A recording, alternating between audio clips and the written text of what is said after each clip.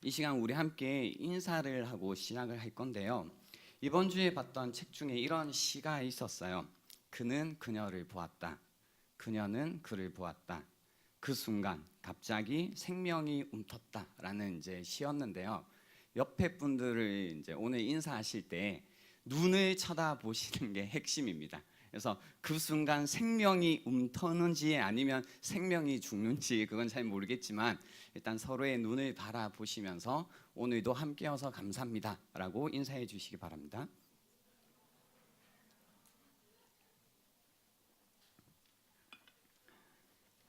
예, 좋습니다. 생명이 나는 것 같네요. 요즘 저희 은유리가 달라진 점이 한 가지가 있습니다. 엄마 껌딱지가 되었습니다. 엄마에게 찰싹부터 계속 지내고 있습니다. 엄마가 보이면 좋아서 웃다가도 엄마가 안 보이면 아빠도 그렇긴 한데요. 엄마가 안 보이면 울고 이제 계속 이제 칭얼거립니다. 그러다가 엄마가 나타나면 엄마 곁에 이제 품에 안겨서 계속 앵겨 있습니다. 지난주 이제 제가 그 모습을 보다가 나눴던 주님께 붙어 있기가 생각이 났습니다. 혹시 여러분도 한 주간 주님 껌딱지로 지내셨나요? 하나님께 주님께 잘 붙어서 지내셨는지 궁금합니다. 지난주에는 저희가 열매를 어떻게 맺을까에 대해서 질문을 던지고 답을 찾아갔습니다. 어떻게 우리 삶 가운데 열매를 맺을 수 있을까에 대해서 나눴다면 오늘은 무슨 열매를 맺을까에 관해서 한번 나눠보려고 합니다. 가지는 나무에 붙어 있으면 열매를 맺습니다. 마찬가지로 우리도 나무 대신 예수님께 붙어 있기만 하면 열매라는 것은 저절로 맺히게 됩니다. 그래서 붙어 있는 것이 중요합니다. 열매는 따라오는 겁니다. 가끔 이제 우리가 이런 설교를 들을 때요, 내가 열매를 맺어야겠다라고 해서 열매에 초점을 맞추는데요, 그게 함정이 될 수 있다라는 겁니다. 가지는 그저 나무에 붙어 있기만 하면 열매를 맺게 되는 겁니다. 그런 의미에서 가지는 열매를 결정하는 게 아닙니다. 나무가 열매를 결정합니다. 그래서 지난주 설교를 들은 이후에 나는 이런 열매를 맺어야겠다라고 자기 나름대로의 열매를 결정하신 분들은 다시 한번 생각을 해 보셔야 됩니다. 가지가 열매를 결정하는 것이 아니라 나무가 열매를 결정하기 때문입니다. 그렇다면 무슨 열매를 맺을까라고 하는 질문에 대해서 가지가 붙어 있는 나무의 열매를 맺기 때문에 나무가 중요해집니다. 열매를 보면 나무를 아는 것처럼 나무를 알면 무슨 열매를 맺을 건지 알 수 있기 때문입니다. 오늘 여기서 한번 시작을 해 보려고 하는데요. 미리 말씀드리면 집중해서 듣지 않으시면 오늘 그냥 날아갈 겁니다. 그래서 제가 여러분에게 부탁드리고 싶은 거는 조금만 더 집중해서 오늘 말씀을 들어주시면 좋겠다라는 겁니다. 무슨 열매를 맺을까라고 할 때 이제 지난주에 나무는 이미 얘기하시지 않았나요? 주님께 붙어 있으라며요라고 이제 생각을 하겠죠. 근데 오늘은 주님께 붙어 있기는 한데 주님의 무엇에 어디에 붙어 있을 건가에 관해서 이야기를 해 보려고 합니다. 그러니까 이거죠. 실제로 우리가 어떤 열매를 맺었을 때 그 열매 안에 무엇으로 채워질 것인가는 나무가 가지고 있는 내용에 따라 달라진다라는 뜻입니다. 지난주에 이어서 이제 아이스 아메리카노로 비유를 하자면 이런 얘기가 되겠죠. 지난주에 이제 제가 빨대가 우리라고 했고 그 컵이 주님이라고 했습니다. 그래서 빨대를 컵에 계속 꽂아 두어야 된다라고 했는데요.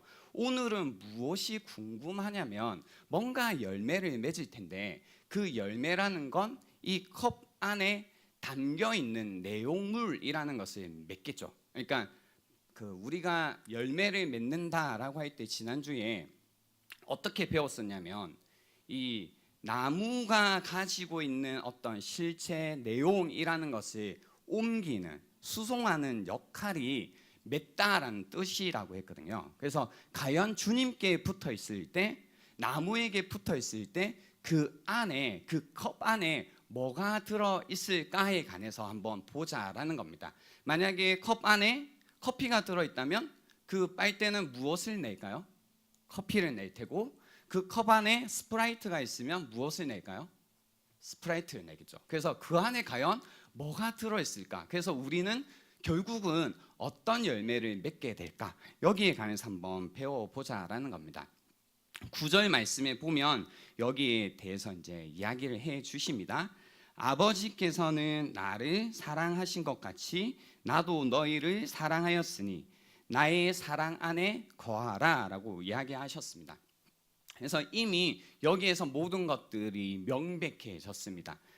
주님 안에 가득 채워져 있는 것은 커피가 아니라 사랑이라는 것을 우리에게 말씀해 주셨습니다. 그래서 주님의 그 뭔가 뭘지 모르겠지만 사랑 안에 거하라 라고 말씀해 주셨습니다. 그럼 이 사랑이 뭐냐면 이거죠. 여기 말씀을 그대로 보면 아버지께서 나를 사랑하신 것 같이 나도 너희를 사랑하였으니 라고 나와 있는 겁니다. 그러니까 이거죠. 성부 하나님께서 성자 예수님을 사랑하신다.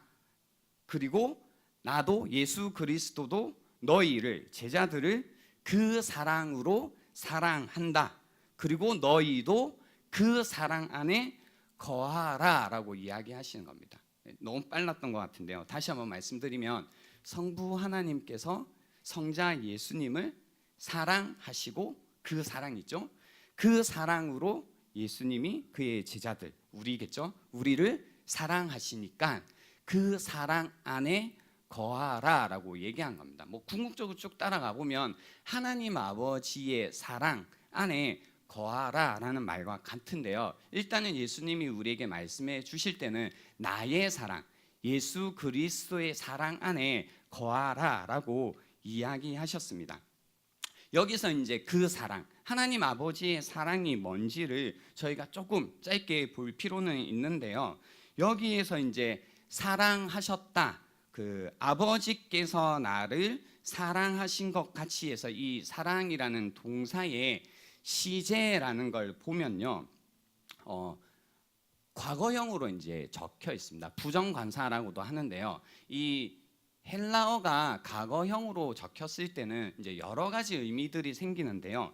저보다는 이제 이런 문법에 강하신 성경학자, 또 D.A. 칼슨이라고요. 이 요한복음에 있어서 세계적으로 이제 저명한 학자의 의견을 빌리자면요.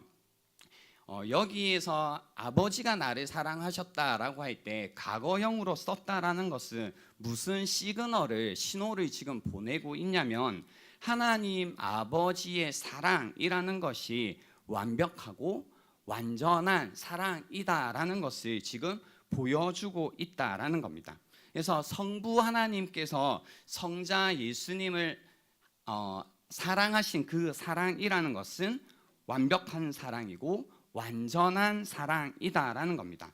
그래서 완벽한 사랑, 그러니까 그렇잖아요. 우리도 사랑한다고 해서 다 사랑이 사랑 같지 않습니다. 때때로는 왜곡된 사랑도 있고 뭔가 결함이 있기도 하고 잘못된 사랑이 있기도 한다라는 겁니다. 근데 하나님께서 우리에게 하시는 그 사랑이라는 것은 완벽한 사랑이라는 거고요. 두 번째는 완전한 사랑이라는 겁니다. 부족한 사랑이 아니라 완전한 사랑이라는 뜻인데요. 이런 거죠. 우리가 누군가의 관계 속에서 다른 사람이 나를 사랑한다고 할 때 그 사랑이 좀 부족하다라고 느낄 때가 있어요. 그래서 내가 무언가를 해서 그 사랑을 계속 이렇게 채워가야 된다라고 느낄 때가 있는데, 여기서 이야기하는 완전한 사랑이라는 것은 더 이상 채울 것이 없는, 완전히 채워져 있는 사랑이다라는 뜻입니다. 그래서 하나님께서 그의 아들을 사랑하시는데 완벽하게 사랑하셨고 완전하게 사랑하셨다라는 뜻입니다. 그리고 예수님께서도 우리를 사랑하실 때 어떻게 사랑하셨냐면 완벽하고 완전한 사랑으로 우리를 사랑하셨다라고 이야기하시는 겁니다. 그래서 저는 이 예수님의 이 이야기하는 방식이 되게 처음에는 왜 이렇게 이야기하셨을까라고 했는데요. 계속 이 하나님 아버지의 그 사랑이 나에게 온 것 같이 나도 너희를 사랑한다라는 이 이야기가 이렇게 들리기 시작하더라고요. 혹시 여러분 가운데 그 하트 시그널이라는 프로를 보시는 분 계신가요? 네, 계시군요. 네, 좋습니다. 반응해 주셔서 감사해요. 거기 보면요, 이제 그 20대 혹은 30대의 이제 그 청춘 뭐라고 해야 될지 모르겠네요. 아무튼 나와서요, 그 어떤 감정을 주고받고 또 사랑을 만들어가는 그런 장면들이 많이 나오거든요. 그래서 어떤 것이 좀 흥미롭냐면 다른 것보다 이렇게 그 나이 때 그 청년들이 어떻게 감정을 표현하고 말하고 하는지 이런 것들이 되게 이제 흥미로운 거죠. 근데 그런 걸 보면서 많은 사람들이 뭐 다 그렇진 않겠지만 어떤 생각을 하냐면 굉장히 뭐 이제 자매라면 형제 가운데 매너가 좋고 뭔가 이제 내가 바랬던 이제 그 나를 대하는 방식 혹은 내가 바랬던 어떤 사랑의 표현 방식이 저런 건데라는 것이 보여지면 나도 꼭 그 사람한테는 아니더라도 나도 저렇게 사랑을 받고 싶다. 나도 이렇게 연애를 하고 싶다. 혹은 나도 저렇게 대화를 하고 싶다라는 것을 보면서 알게 되고 깨닫게 되는 거죠. 그래서 마음속에 뭐 거기 나오는 사람하고 꼭 만날 필요는 없겠지만 그런 거 있잖아요. 내가 나중에 누군가를 만나면 그런 사랑을 혹은 저런 사람을 만나보고 싶다라는 이제 생각을 하게 되는 거죠. 이와 마찬가지로요. 이제 하나님 아버지가 예수님을 사랑하신 것 같이 예수님이 우리를 사랑하신다라고 할 때 이미 그 두 분 사이에 벌어지는 이 그 러브 스토리를 보여주고 계시죠. 하나님 아버지가 얼마나 완벽하고 완전하게 예수님을 사랑하시는지를 보여주시고 그런 다음에 그런 사랑으로 그 사랑으로 내가 너희를 사랑한다라는 이 이제 모습을 보여주시는 거죠. 그래서 이게 굉장히 의미가 깊은 게 우리는 이제 우리가 하는 대부분의 사랑이라는 것이 완전하지 않고 완벽하지 않다 보니까 하나님이 그냥 우리를 사랑하신다라고 말씀을 하셔도 아무리 이야기해도요 우리 나름대로의 방식으로 하나님이 나를 이렇게 사랑할 거야 저렇게 사랑할 거야 생각하는데 대부분 이제 틀렸죠. 그죠? 사람끼리 했던 잘못된 사랑, 왜곡된 사랑, 혹은 부족했던 사랑만 늘 생각하다 보니까 하나님과 나, 만약에 예수님이 없다면 늘 그 안에 나도 모르게 하나님이 나를 제대로 사랑하시는 게 맞나, 또는 내가 뭔가를 열심히 해야만 하나님이 계속 나를 사랑하실 것 같아라는 이런 이제 성경이 말씀해 주시는 사랑의 모습이 아니라 내가 생각하는 사랑의 모습으로 생각할 수 있을 텐데 그렇게 하지 말라고 이미 이제 예수님께서 아버지가 나를 사랑하신 것처럼 나도 너희를 사랑한다라고 이제 말씀해 주신 겁니다. 그래서 하나님 아버지께서 우리를 어떻게 사랑하시는지 이 장면을 통해서 이미 보여주고 계시고요. 그리고 나서 하시는 말씀이 그 사랑 안에 거하라고 하시는 겁니다. 그러니까 네가 생각하는 사랑, 네 나름대로의 사랑, 네가 지금까지 했던 세상에서 느꼈던 사랑이 아니라 그 사랑 안에 거하라라고 주님께서 말씀해 주신 겁니다. 뭐 우리는 이제 사랑에 내가 자격이 있나, 어떻게 그런 사랑을 받나라고 생각하지만 주님께서는 우리에게 그 사랑 안에 거하라라고 말씀해 주셨다라는 겁니다. 이제 주님이 이제 그렇게 말씀해 주신 거죠. 너희는 그 사랑 안에 거하라. 그러면서 이제 드러난 게 뭐냐면요. 우리가 처음에 궁금해했던 우리가 어떤 열매를 맺을 건데 이 열매를 맺게 할 그 근원은 뭘까라고 이제 질문을 했을 때 쭉 따라가 보면 결국은 하나님 아버지의 사랑이라는 것이 이제 우리의 열매의 실체가 될 거다라는 이야기를 하시는 겁니다. 그래서 우리에게 그 사랑에 잠겨 사는 것, 그 사랑으로 사는 것, 그 사랑으로 붙들고 살 때 하나님이 말씀하신 열매를 맺게 될 거다라고 이제 이 말씀을 통해서 이야기하신 겁니다. 저는 지금 말씀드린, 지금 설명드린 이게 정말 중요하다라고 생각합니다. 왜냐하면 얘기했잖아요. 우리가 어떤 열매를 맺어야 되는데 이 열매를 맺는 근원이 하나님 아버지의 그 사랑이라는 것에 거하고, 그 사랑이라는 것이 나의 삶을 통해서 드러나고 나타나는 열매가 아니라면 이제 뭘까라는 거죠. 왜냐하면 이 말씀 때문에 그렇습니다. 마태복음 7장 말씀에 보면요, 이 열매 이야기가 한 번 더 나옵니다. 16절에 보면 이런 이야기가 있어요. 그들의 열매로 그들을 알지니 가시나무에서 포도를 또는 엉겅퀴에서 무화과를 따겠느냐. 이와 같이 좋은 나무마다 아름다운 열매를 맺고 못된 나무가 나쁜 열매를 맺나니 좋은 나무가 나쁜 열매를 맺을 수 없고 못된 나무가 아름다운 열매를 맺을 수 없느니라 라고 하신 거죠. 그러니까 이런 거죠. 만약에 우리가 하나님 아버지의 사랑, 그 사랑에 붙어 있다면, 그 사랑 안에 거한다면 우리는 반드시 그 사랑이 만들어내는 열매를 맺게 될 것인데, 만약에 그 사랑의 열매가 우리 삶 가운데 맺히지 않는다라는 뜻은 우리가 뭔가 잘못하거나 실수하는 정도가 아니라 우리의 삶 자체가 하나님의 사랑 가운데 붙어 있는 게 아니다라는 뜻이거든요. 그래서 20절 보세요. 그러므로 그들의 열매로 그들을 알리라. 그들의 열매로 그들의 삶이 어디에 있는지, 어디 안에 거하고 있는지, 어디에 붙어 있는지 안다라는 말씀입니다. 그래서 21절에 나더러 주여 주여 하는 자마다 다 천국에 들어갈 것이 아니요 다만 하늘에 계신 내 아버지의 뜻대로 행하는 자라야 들어가리라 라고 하시는 겁니다. 이제 천국까지 여기에 걸려 있는 겁니다.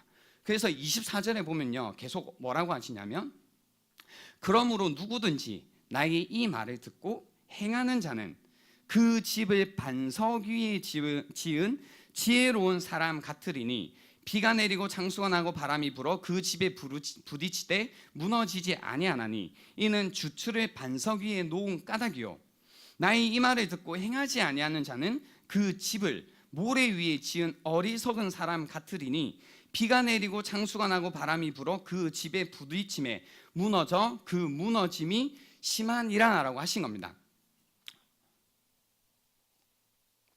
우리가 여러분 이제 그리스도인으로 살아가실 때 어디에 자꾸 헷갈리시냐면 내가 열매를 맺었구나, 아니면 나는 열매가 없구나 사실 생각하시지만 누구든지 내가 살아가고 있는 삶의 열매를 다 맺고 있으세요. 여기 표현 그대로 하면 모든 사람들이 사실은 이 집이라는 것은 다 짓고 있습니다. 만약에 이게 짓는 것 자체의 문제였다면 성경에서 이제 다르게 이야기해야 되는데, 모래 위에 지었든 반석 위에 지었든 뭐냐면 집은 지어져 있는 겁니다. 근데 여기서 비교하고 있는 건 뭐냐면 집을 비교하고 있는 게 아니라, 뭘 했다를 비교하고 있는 게 아니라 어디에 그것이 지었는가를 비교하고 계신 겁니다. 그래서 한 집은 똑같이 지었는데 반석 위에 지었고요, 다른 한 집은 똑같이 집을 지었는데 모래 위에 지었다라는 겁니다. 여기에서 말하는 반석이라는 것은 하나님 말씀 위에 지었느냐, 아니면 하나님 말씀 아닌 것에 지었느냐, 하나님 뜻 위에 지었느냐, 아니면 너의 뜻 위에 지었느냐, 하나님 원하심 가운데 지었느냐, 아니면 네가 원하는 대로 지었느냐라고 해서 그것이 차이점이 될 거다라는 겁니다. 다시 이제 이 아메리카노로 돌아오면요, 그거죠. 아까도 얘기했지만 빨대는 꽂혀 있는 대로 나오는 겁니다. 빨대가 커피에 꽂혀 있으면 뭐가 나온다? 커피가 나오고요, 빨대가 물에 꽂혀 있으면 물이 나온다라는 겁니다. 그래서 나에게 뭐가 나오는가, 뭐가 나왔다가 중요한 게 아니라 내가 빨대를 어디에 꽂고 있느냐가 중요하다라고 성경이 계속 이야기하시는 겁니다. 그래서 우리의 삶을 통해서 하나님의 그 사랑이 나오는 삶을 살아야 한다는 겁니다. 그 사랑의 열매를 맺어야 한다는 겁니다. 그러기 위해서는 예수님이 뭐라고 하시냐면 그 사랑에 거해야 된다. 그 사랑에 붙어 있어야 된다라고 말씀하시는 겁니다. 그래서 이제 우리가 목숨 걸고 생명 걸고 힘을 다해서 관심을 가져야 될 건 뭐냐면, 그렇다면 어떻게 그 사랑에 붙어 있는가가 중요해지는 겁니다. 그러니까 나중에 뭘 했다가 중요한 게 아니라 내가 끊임없이 어디에 붙어서 이 삶을 살아갈 것인가. 그래서 결국은 어떤 열매를 맺을 것인가가 중요한데요, 열매가 아니라 어디에 붙어 있는가, 어떤 내용물에 내가 담겨져 있는가가 정말 중요한 이야기가 된다는 겁니다. 그래서 어떻게 하면 그 사랑에 계속 담겨져 있지? 어떻게 하면 내 삶의 빨대가 주님의 사랑 가운데 꽂혀 있을 수 있지? 이게 정말 중요한 질문이 되는 거죠. 그래서 예수님이 거기에 관해서 10절에 이렇게 말씀하신 겁니다. 내가 아버지의 계명을 지켜 그의 사랑 안에 거하는 것 같이 너희도 내 계명을 지키면 내 사랑 안에 거하리라 라고 하신 겁니다.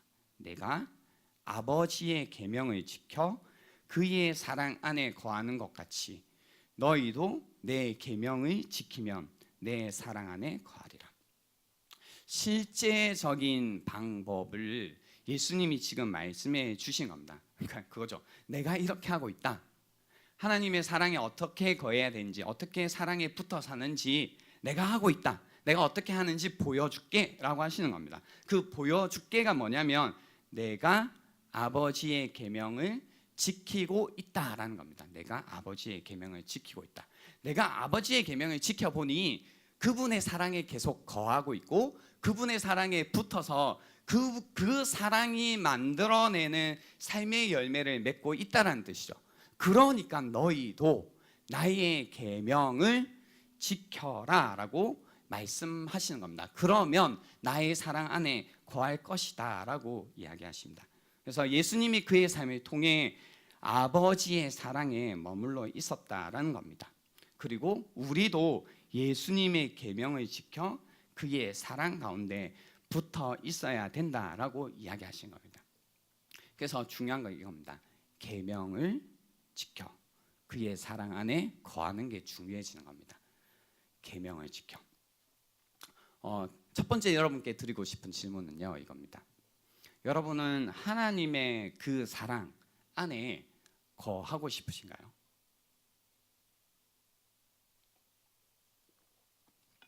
여러분의 삶을 살아가실 때 예수님의 말씀해 주신 그 사랑에 거해서 계속해서 살기 원하고 그 사랑에 붙어서 살고 있기 때문에 그 사랑이 결국은 내 삶 가운데 맺게 하시는 열매라는 걸 맺고 싶으시냐라는 겁니다.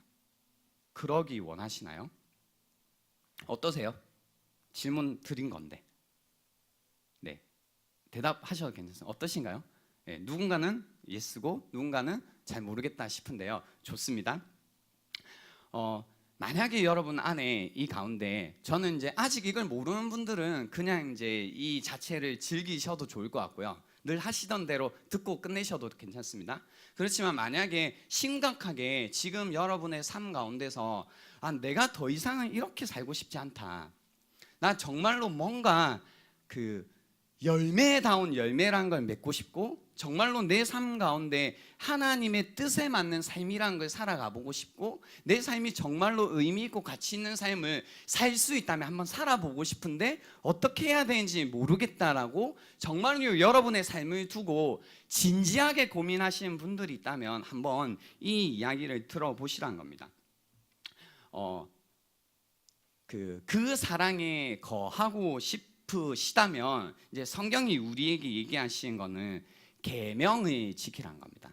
하나님의 계명을 지키라라는 겁니다. 여러분은 혹시 여러분 삶 가운데서 이 하나님의 말씀에 집중하시고 하나님 말씀에 순종하고 계시고 하나님 말씀을 지키고 살아가시나요?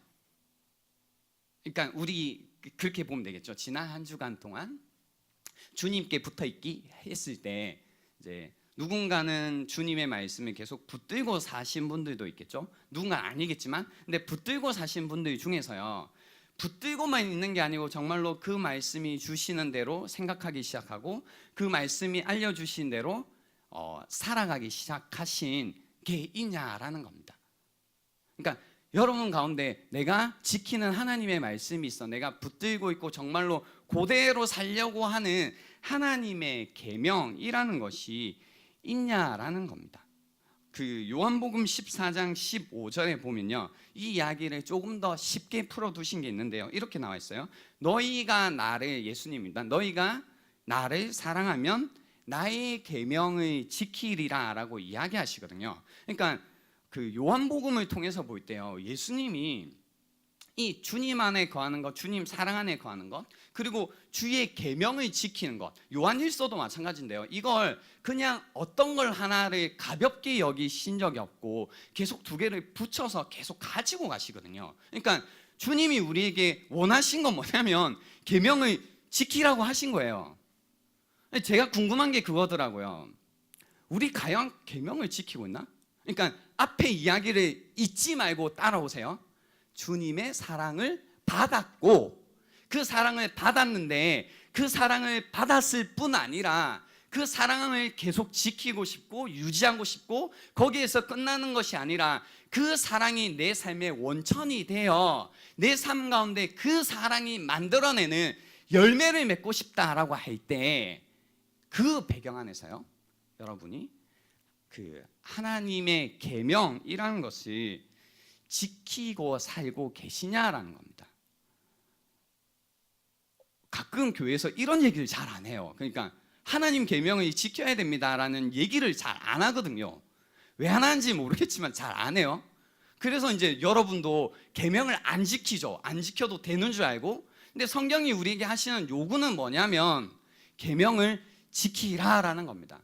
그때 하나님의 사랑 안에 거한다라고 이야기하시는 겁니다. 그래서 오해하지 마셔야 될 것은, 계명을 지키면 하나님 사랑을 얻게 된다, 혹은 계명을 지켜야만 구원을 받는다라는 조건으로서의 계명을 지킴이 아니라, 하나님이 우리를 먼저 사랑하셨잖아요, 그죠? 그리고 우리가 하나님을 사랑할 때 그 가운데 그 사랑을 지키기 위해, 유지하기 위해 우리 마음 가운데 지키는 계명이 있느냐라는 겁니다. 조건으로서가 아니라는 뜻입니다. 조건으로서가 아니라 하나님의 사랑을 받은 자로서 내 마음 가운데 하나님의 계명을 지키고 있느냐라는 겁니다. 이 이야기 어려울 줄 알았어요. 좀만 설명해 볼게요. 어거스틴이라는 분이 고백론에서 어떤 이야기를 하셨냐면요, 이 사랑에 관해서 이야기를 하셨는데요, 내 몸무게는 내 사랑이다. 내가 어디로 움직여 가든지 나를 움직이는 것은 나의 사랑이다 라고 이야기하셨어요. 어려우니까 다시 한번 읽어드릴게요. 내 몸무게는 내 사랑이다. 내가 어디로 움직여 가든지 나를 움직이는 것은 나의 사랑이다 라고 한 겁니다. 무슨 얘기냐면, 사람이 살아갈 때 삶의 방향을 결정짓는 것은 이제 마치 중력과 같은 거죠. 그래서 내 삶이 기울어져 있는 곳으로 삶이 움직여져 가게 되어 있는데요, 그 무게가 뭐냐면 그 사람이 갖고 있는 사랑이란 겁니다. 그러니까 내가 사랑하는 쪽으로 내 삶이 어떻게 되는 거예요? 무게가 거기에 쏠리니까 가요, 안 가요? 가죠. 그죠? 이거 어려운 게 아니고요, 어떻게 보면 당연한 겁니다. 여러분이 뛰어도 어디로 떨어지시죠? 바닥으로 떨어지시죠. 왜 그럴까요? 바닥이 우리를 잡아당기고 있죠. 무게가 있는 쪽으로 계속 기울어 가는 겁니다. 그러니까 시소를 생각해 보셔도 마찬가지거든요. 더 무거운 쪽으로 어떻게 돼요? 시소가 기우죠. 무거운 쪽으로 시소가 기우는 게 어려운 일이에요? 당연한 일이죠. 맞나요? 맞나요? 그러니까 무거운 쪽으로 기우는 건 어려운 일도 아니고 특별한 일도 아니고 사실은 당연한 일이라는 겁니다. 그러면 뭐가 되냐면 이거죠. 만약에 이제 사랑이라는 것이 무게라고 했는데 내 사랑이 여기 있는 거예요. 내 사랑이라는 것이 하나님을 향하고 있는 거예요. 그러면 내 삶이 어느 쪽으로 자연히 기울게 되냐면 하나님 쪽으로 기울게 되는데, 그 하나님 쪽으로 기울 때 나의 삶이라는 게 하나님의 계명이라는 걸 어떻게 한다는 뜻이에요? 지킨다라는 뜻이에요. 이거는 막 특별한 게 아니라 사랑이 있는 곳으로 삶이 사라져 간다라는 뜻이라는 거죠. 이상한 얘기를 했나요? 근데요, 보세요. 우리가 신앙생활을 할 때 하나님을 사랑한다고 해요. 하나님 사랑합니다라고 고백해요. 근데 우리의 삶은 그쪽으로 기울지 않아요. 그리고 내 삶이 그쪽으로 따라가지 않아요. 근데 우리는 어떻게 생각하냐면, 그래도 나는 하나님을 사랑한다라고 생각해요. 나는 사랑은 하는데 내가 그렇게 살지는 못하구나 생각해요. 근데 아까 전에 우리가 당연하다라는 이야기를 다시 한번 기억을 해보면, 내가 하나님을 사랑하는데 내 삶이 하나님 쪽으로, 하나님의 계명을 지켜가는 쪽으로 가지 않는 게 사실 이상한 거지, 하나님 계명을 지키는 게 특별한 건 아니거든요. 그러면 사실 무엇을 생각해야 되냐면, 이게 힘든 일이구나, 어려운 일이구나라고 생각하기 떠나서 우린 맨날 거기서 끝내잖아요. 사람이 어떻게 하나님 뜻대로 살아, 어떻게 하나님 말씀을 다 지켜, 그 어려운 거야, 맨날 이러고 끝내버리잖아요. 근데 조금만 생각해보면 사랑이 무게인데 그 사랑 쪽으로 우리가 끌려가는 게, 그쪽으로 가는 게 당연하다라는 거거든요. 그래서 이 사랑이라는 건 사람에게 무엇을 만들어내냐면 이 욕망 혹은 갈망 혹은 그 굶주림이라는 것을 만들어냅니다. 그러니까 사람이 사랑한다고 그냥 무언가를 하는 게 아니고요, 내가 사랑이라는 게 있을 때 그것을 향한 갈망과 욕망과 굶주림이라는 게 생기기 때문에 가만히 있을 수 있다 없다? 있다 없다? 없는 겁니다. 그쪽으로 가게 되어져 있는 겁니다. 여러분, 배가 너무너무 고파요. 눈앞에 치킨이 있어요. 가만히 있어요? 뒤로 물러나세요? 어려운 일이세요? 신기한 일이세요? 아니죠. 배고플 때 어떻게 해요? 앞에 치킨 있으면 손이 어떻게 돼요? 저절로 간다 안 간다? 간다. 이거 특별한 일인가요? 안 가죠. 만약에 누군가 앞에 치킨이 있어요, 손이 안 간다. 이 사람 뭐예요? 배가 불렀다, 그죠? 미쳤다, 그죠? 맞나요? 배가 고픈데 앞에 치킨이 있어요, 손이 안 가요. 이상한 거잖아요. 그러니까 아무리 우리가 다이어트를 하니 뭐 이것저것 얘기해도 정말 배가 고파요. 굶주림이라고요. 그러면 눈앞에 치킨이 있어요. 어떻게 해요? 먹는다 안 먹는다? 먹어요. 이상한 얘기 아니죠. 마찬가지로요, 사랑이라는 것은 우리로 하여금 욕망과 갈망, 이 단순히 그거 궁금해, 호기심 정도가 아니라 굶주림, 배고픔이라는 걸 만들어낸다고요. 그래서 결국은 그것으로 향하게 하고 그것을 취하게 하고 그렇게 내 몸이라는 것이 움직여가게 하는 것이 사랑이요, 사랑이 만들어내는 욕망이요, 결국은 사람이 사는 방식이 되는 거거든요. 그래서 내가 지금 어떻게 살고 있냐를 보면 내가 어떻게 말하고 생각하는 정도가 아니라 정말로 내가 현재 어디에 있고 내가 현재 어떻게 살고 있는지, 무엇을 하고 있는지, 어떻게 사는지를 보면 내가 무엇을 원하는지, 무엇에 굶주려 하고 있는지가 보이고, 그 굶주림과 그 배고픔과 그 갈망을 보면 진정 내가 무엇을 사랑하고 있고 진정 내 삶이라는 것이 어디에 담겨져서 살고 있는지 사실은 성경은 굉장히 명확하게 우리에게 보여준다는 겁니다. 우리가 이걸 계속 합리화하고 이것저것 가리고 숨기고 해서 나는 하나님은 사랑하지만 연약하기 때문에 하나님 말씀대로는 못 살지 라는 이상한 구조를 가지고 계속 신앙생활을 하는데요, 보세요. 우리가 이렇게 살다 보니까, 계속 이렇게 신앙생활을 하다 보니까 성경이 우리에게 약속해 주시는 약속이니 열매니 이런 게 우리 삶 가운데 있어요 없어요? 없는 거죠. 그럼 사실 생각해 봐야 되지 않을까요? 우리 뭔가 잘못된 게 아닐까? 내가 사는 게 잘못된 걸까? 아니면 내 욕망이 잘못된 걸까? 아니면 내 사랑이 잘못된 걸까? 내가 만약에 하나님이 아니고 세상을 사랑해요, 그럼 아무 문제 없어요. 그냥 그대로 살면 되겠죠.